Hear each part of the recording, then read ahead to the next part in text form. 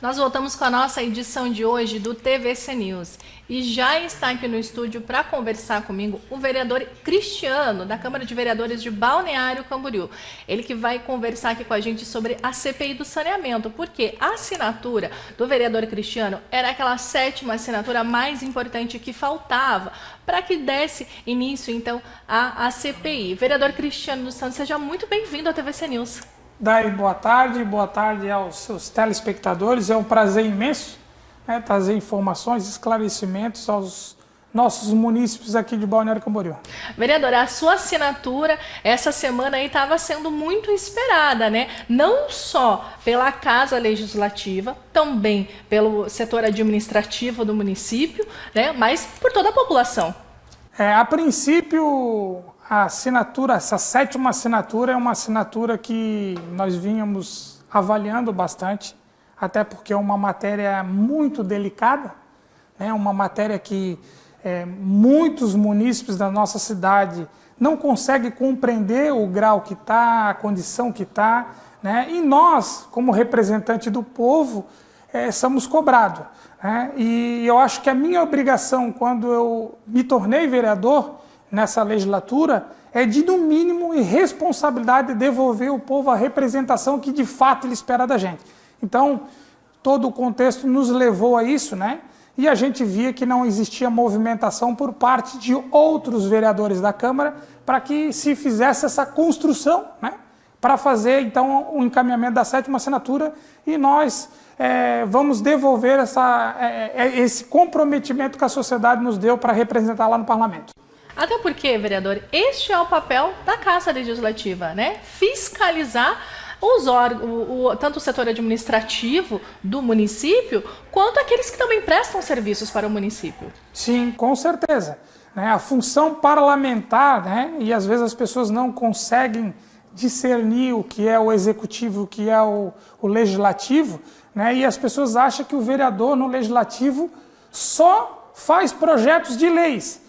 Só que os projetos de leis que são feitos no parlamento, eles são de regulamentação. Então eles confundem, mas o executivo também faz. Então às vezes as pessoas não sabem que o grande papel do vereador é de poder fiscalizar o orçamento público, né? E tudo que se trata de recurso público, a gente tem esta obrigação de garantir que esse dinheiro esteja bem empregado aos nossos munícipes. Vereadora, alguns vereadores ali da Câmara de Vereadores de Balneário Camboriú foram contra essa CPI, né? Alguns, até os que votaram, não só pelo fato de não votar a favor da CPI, mas também pelo posicionamento nas redes sociais. Nós vimos recentemente que um dos vereadores, né, que fez um vídeo falando sobre essa CPI foi o vereador Vitor Forte, e ele falava que essa CPI seria uma fraude porque era uma aliança entre o PSD, que é o seu partido, e o PT, que são atualmente os partidos de oposição. Como que o senhor enxerga essa fala dele? Primeiro que, para você fazer uma leitura de uma CPI é simples, né? Quem fez a denúncia de o esgoto estar caindo in natura lá no Rio foi o vereador Lucas Gotardo do Novo. Ele que fez os encaminhamentos lá. E a abertura do pedido da CPI foi do Partido Progressista, do vereador André Merinho. E agora falam que a CPI é politicagem, né? Porque eu fui o 7º vereador do PSD a assinar. E o que tem a ver o PSD com o PT? Que já tinha assinado a CPI independente da situação. Então eu não consigo analisar essa situação de falar que é politicagem. Eu acho que está mais fácil transferir dizendo que é politicagem de que de fato dá transparência para a sociedade. É o que eu vejo, né? Então o que o PSD? O PSD não encaminhou a abertura da CPI. O PSD não fez a denúncia, né, nesta situação, e agora querem colocar só porque o PSD pode ser o futuro candidato a disputar o pleito contra a máquina pública, né, e o PT também. Então, calma aí, quem está falando em politicagem é o outro lado. É uma defesa, então, para se blindar. Agora, a coragem era boa se tivesse para assinar, né, para dar aquela tranquilidade que a sociedade quer, porque a sociedade não sabe como é que vai ser feita uma investigação, né? E o Ministério Público até então estava num bom andamento, e a gente viu que deu uma segurada, até por trocas agora do promotor, né? E eu não posso, depois de analisar como presidente da Comissão do Meio Ambiente, analisei muito, esperando também o Ministério Público tomar bem à frente. O Ministério Público estava muito à frente com a troca de uma parada, e eu acho que agora a minha função de fiscalizador, de representante do município de Balneário Camboriú, com respeito à nossa população, é de assinar e deixar a comissão parlamentar de investigação mostrar para a cidade o que não é, e que se possa trazer todos os documentos para que as pessoas entendam o que ocorreu de fato lá na estação de tratamento da Emasa. Vereador, o senhor acredita que essa mobilização que aconteceu por parte dos moradores da Nova Esperança, ali do bairro Nova Esperança, que reuniram centenas de assinaturas, né, um abaixo-assinado contra a estação ali de tratamento, o odor forte que estava vindo daquela estação, o senhor acredita que isso impactou também para que houvesse essa CPI? Olha, eu não estava por dentro da assinatura dos moradores do Nova Esperança. Fiquei sabendo pelo debate que ocorreu na Câmara depois, né, porque tem vereadores ali da localidade que trouxeram isso, né? E de fato, quando estive lá, vi que o odor estava tremendo e me puxou na imagem, na cabeça, a década de 80, quando era da Casan. Aquilo parecia na época da Casan. E eu acho que a comunidade está certa, ela tem que buscar, e são quase 600 assinaturas, pelo que a gente viu, né? Mas, nesse meio tempo, eu já estava avaliando a situação de assinar a CPI, né? Estava crente que ia ter uma evolução muito rápida através do Ministério Público, onde a gente viu que também aquilo deu uma segurada. Então eu pensei, não tem muito o que esperar. Vamos dar para a sociedade aquilo que ela quer informação, ela quer entender, ela quer saber o que ocorreu, né?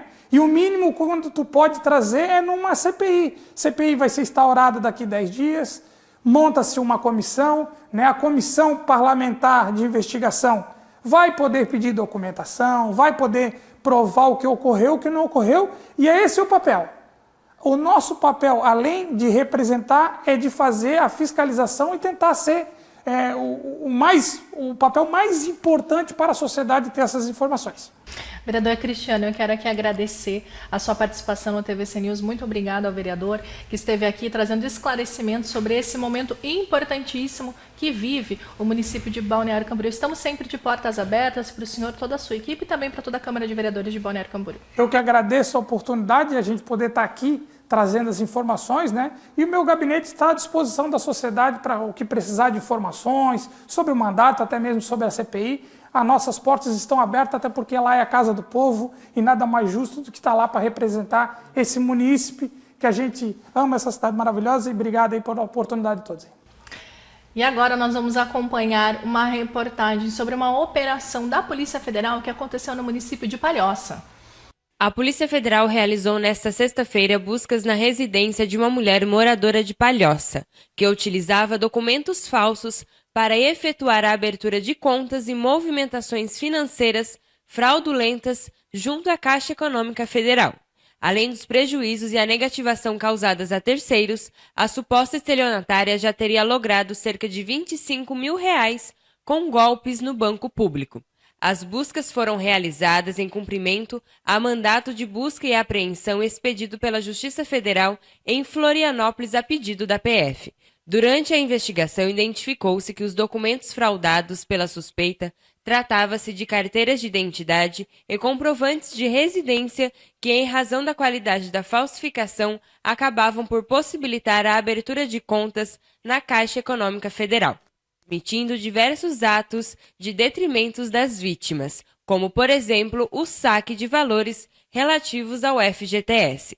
A Polícia Federal atua fortemente no combate à atuação de indivíduos e organizações criminosas que praticam crimes contra a Caixa Econômica Federal, e no presente caso a suspeita responderá criminalmente por estelionato cometido contra a entidade de direito público. A pena por este crime é de 6 anos de reclusão. Agora nós vamos conversar com a nossa repórter Bianca Robles. Seja bem-vinda ao TVC News, Bianca. Bom dia, Dai, bom dia a todos que estão nos assistindo. Bianca, tem atualização sobre a situação da dengue? Exatamente, Dai. Foi confirmado, então, na tarde de ontem, o 7º óbito por dengue aqui em Balneário Camboriú, né? A vítima, então, seria um homem de 74 anos com comorbidades. Ele era morador do bairro das Nações. A morte, então, né, foi registrada no dia 27 de maio no Hospital do Coração. Balneário Camboriú já conta com mais de 12 mil casos suspeitos e mais de 5 mil casos confirmados de dengue. Bianca, que situação difícil essa que a gente vem enfrentando, não só aqui na nossa região, mas em todo o estado de Santa Catarina e também em vários outros estados do Brasil. Mas, por conta da chegada do inverno, aqueles centros que fazem atendimento especializado para dengue vão começar a fechar, né?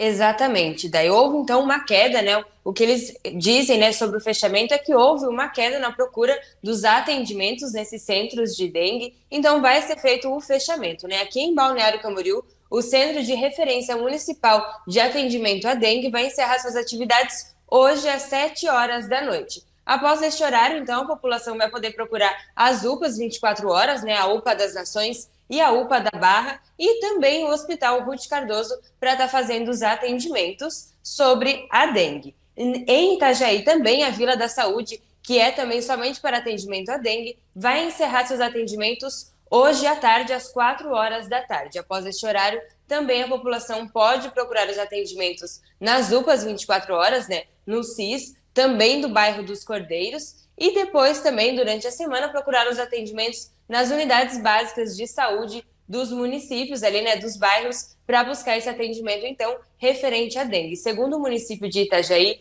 o município já teve nessas últimas 2 semanas uma queda de 30% nas demandas referente à dengue. Itajaí já consta com mais de 12 mil casos confirmados e mais de 47 mil casos suspeitos de dengue e 31 mortes pela doença. Bianca, muito obrigada pela sua participação. Um ótimo final de semana para você. Obrigada, Dai. Um ótimo final de semana para você e para todos que estão nos assistindo. Nós vamos agora para um breve intervalo. Na volta, nós vamos falar sobre o dia D de vacinação que vai acontecer em Camboriú. Tem ainda a previsão do tempo e o comentário de Leonel Pavan. Nós voltamos já.